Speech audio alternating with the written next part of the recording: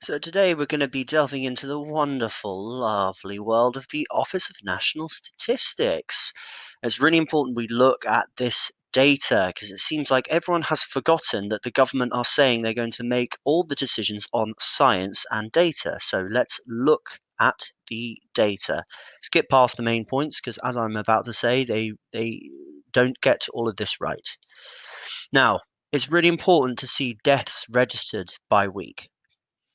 Deaths from all causes, number of deaths registered, because as you see here in April and May, this was when the first spike of coronavirus. So this is England data and this is Wales data.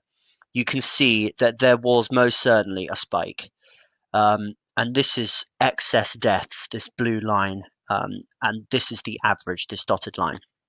Now, I think judging by this data alone, you can see that a lockdown at this point, especially judging by the fact that this is an unknown virus, I think the argument for the first lockdown is much better than this second lockdown. I don't think anyone can argue that lockdown was necessary. But let's look now. So the lockdown started around about early November and it's going on to December. Now, why?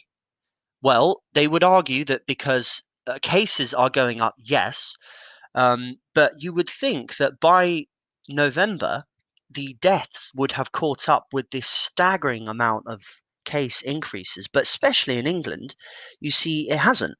Now, Wales is an interesting example because Wales came out of a 17-day flash firebreaker lockdown, and their deaths are still over the 5-year average.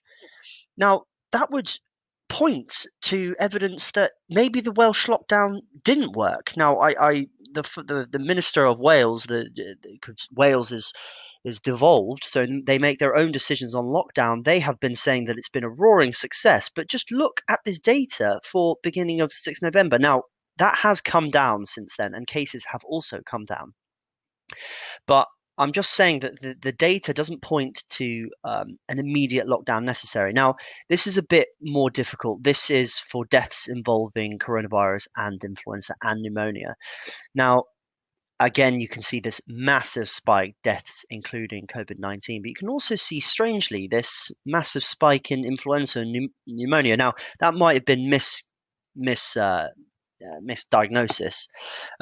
And this graph is difficult to comprehend and kind of delve into. But it does show that there definitely have been an increase in deaths attributed to COVID-19. But still, look, this is the average of the 5-year average, and it's not hugely above the 5-year average. If we were in the middle of a second wave of a pandemic, you would expect deaths to be similar to the first wave. That's the only thing you can see from that graph. Now, as we move on, this is the real kicker. This is the 5-year average. Now, if you know anything about statistics, you can see that a change in this amount is quite normal. If you go week to week, it's not going to be bang on the average. Now, and before the pandemic, you could see that the average wasn't. The actual figures weren't spot on the average the whole time. Again, this is undoubtedly the sign of a pandemic, an epidemic. But as we go through the summer, and as we even come here, this is not this could not. It's not a statistical anomaly to see that any year. I'm sure there have been years where that has been worse because of deaths involving pneumonia or influenza. That is not a good enough case, in my opinion, for locking down the entire UK. If we carry on, there's a. This is very depressing, partly because it's clear that a huge amount of the deaths registered per week are in the 85-year and over category, and a huge amount are in the 75 to 84-year-old category. I think the average age of the death has been around 80. And also, interestingly enough, no one seems to be talking about this, but the people that seem to be dying are predominantly male, especially in the younger categories.